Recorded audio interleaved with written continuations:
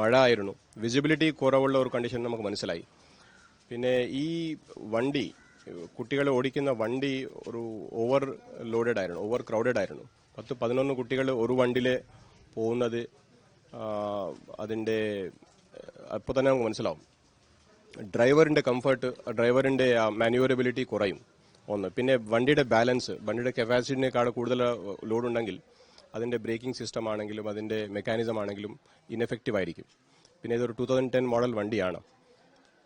Below 15 years ആണെങ്കിലും ഒരു limit ഉണ്ട് ഒരു വണ്ടിക്ക്. 6-7 പേര് ഇരിക്കേണ്ട വണ്ടിയിലെ ഡബിൾ 11 ആൾക്കാർ ഇരിക്കുന്ന ഒരു സംഭവം. പിന്നെ ആ നൈറ്റിലെ ലോ വിസിബിലിറ്റി സമയത്ത് ഇവർ യങ്സ്റ്റേഴ്സ് ആയതുകൊണ്ട് ഒരു ഇൻഎക്സ്പീരിയൻസ്ഡ് ഡ്രൈവിംഗ് എന്ന് കൂടെ പറയാം.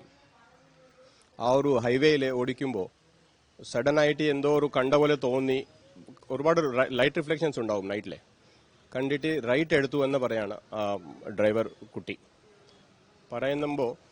ആ സഡൻ റൈറ്റ് എടുക്കുമ്പോഴാണ് ഈ ഒരു ആക്സിഡന്റ് സംഭവിച്ചത് തന്നെ. സ്പീഡിന്റെ കാര്യം നമ്മൾ അതുകൂടെ നോക്കി. അപ്പോൾ ഒരുപാട് ഓവർ സ്പീഡ് അല്ലായിരുന്നു എങ്കിലും അത് നമുക്ക് കറക്റ്റായിട്ട് പ്രൂവ് ചെയ്യാൻ പറ്റുന്നില്ല.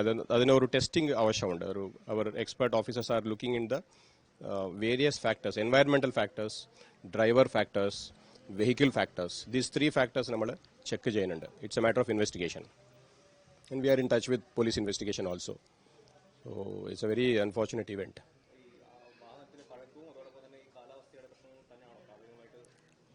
പ്രാഥമികമായിട്ട് വിസിബിലിറ്റിയാണ് ഇതിൽ നമ്മൾ ഫസ്റ്റ് പ്രൈമ ഫേസി. മഴ, ഇരുട്ട്, ഇതാണ് അവിടുത്തെ ഇഷ്യൂ എന്ന് നമുക്ക് മനസ്സിലായി.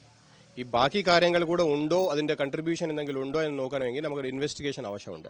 അത് നമ്മൾ ചെയ്യുന്നുണ്ട്.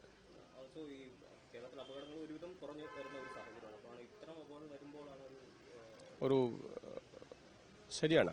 കാരണം ഇത് വളരെ റെയർ ആണ്. ഒരു 11 കുട്ടികൾ ആ സമയത്ത് പോകുന്നത് തന്നെ ഒരു വളരെ റെയർ ആയിട്ടുള്ള ഒരു ഇൻസിഡന്റ് ആണ്.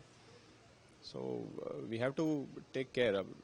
We have to tell our students, especially driving license holders, not to take such risks. അതാണ് ഇതിന്റെ മെസ്സേജ്.